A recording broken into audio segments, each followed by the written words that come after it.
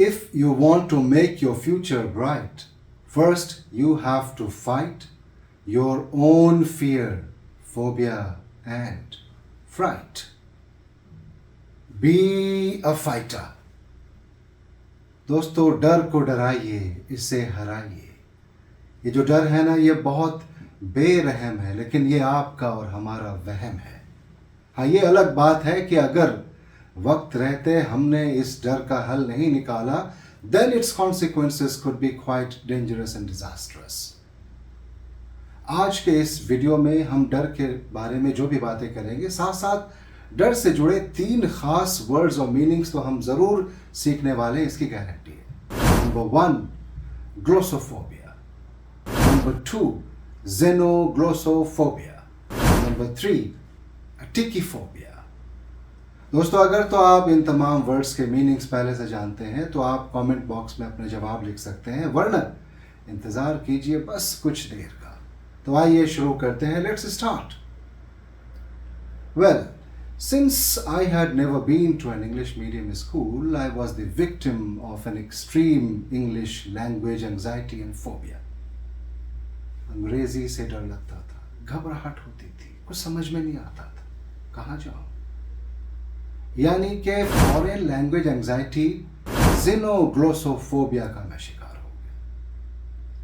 और दोस्तों, ज़ेनोग्लोसोफोबिया के शिकार होने की वजह से ऐसा हुआ कि कभी भी किसी पब्लिक फोरम पे या इंटरव्यूज़ में या मीटिंग्स में या कॉन्फ्रेंसेस में या अचानक पूछे गए कुछ सवालों में या सामने अचानक से कैमरा आ गया and you have to think on your feet and respond, उस वक्त की सिचुएशन आप समझ सकते हैं.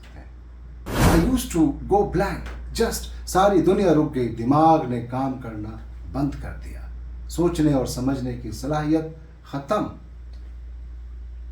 यानी मैं ग्लोसोफोबिया का शिकार हो गया. ग्लोसोफोबिया जब आप पब्लिक स्पीकिंग से, लोगों के सामने बोलने से घबराते हैं.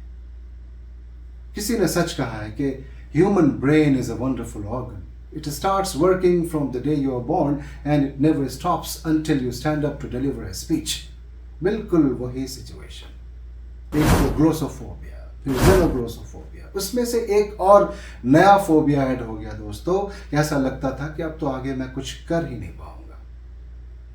फेल होने का डर, फियर ऑफ फेलिंग, नाकामी का डर.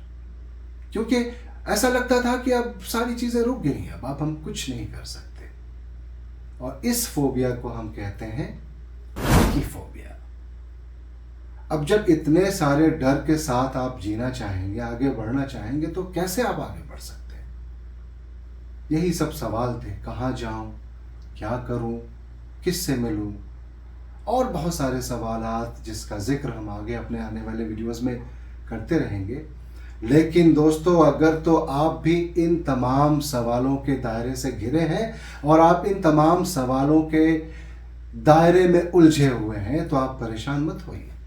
गिव अप करने का तो बिल्कुल भी मत सोचिए, क्योंकि मैं ला रहा हूं आपके लिए डिबेट विद एआरडी, जहां आप और हम मिलके इस डर को डराएंगे, इसे हराएंगे.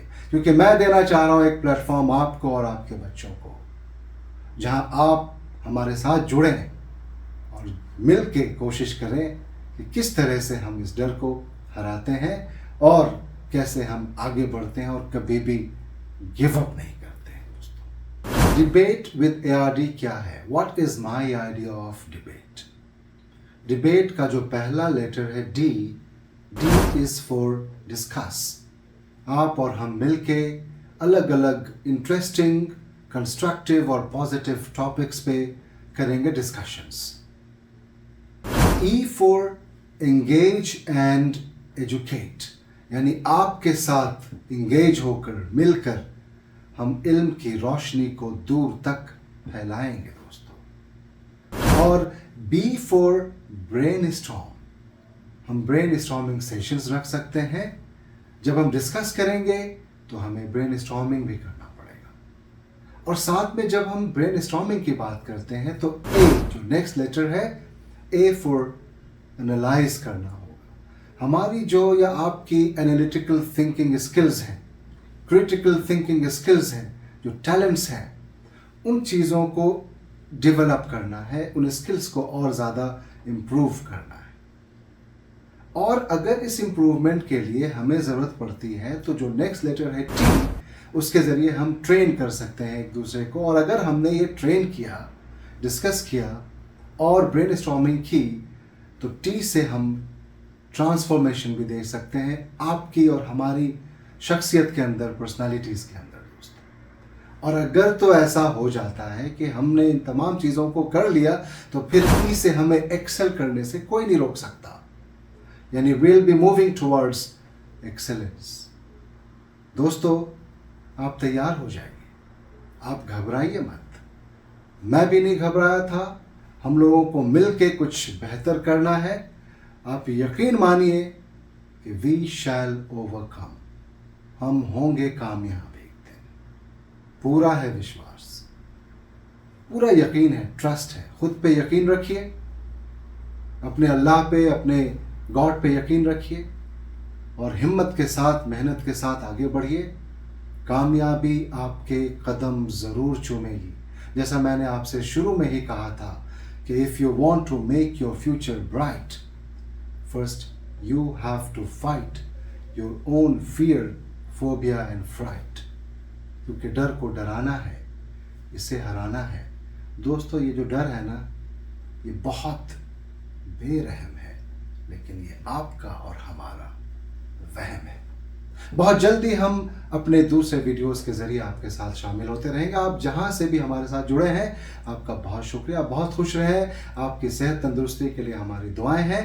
डिबेट विद ARD के साथ जुड़ने के लिए बहुत शुक्रिया। लेकिन अगर आप आगे हमारे साथ जुड़ना चाहते हैं तो आप हमारे स्क्रीन पे तमाम हमारे सोशल मीडिया हैंडल्स देख सकते हैं। आप मेरे YouTube चैनल को सब्सक्राइब कर सकते हैं, मुझे फॉलो कर सकते हैं ट्विटर पे, इंस्टाग्राम पे, फेसबुक पे। और आप चाहें तो हमें अपने राय, मशवरे, फीडबैक ईमेल भी कर सकते हैं। मेरा ईमेल ID भी आपको अपने स्क्रीन पे देखने को मिल जाएगा।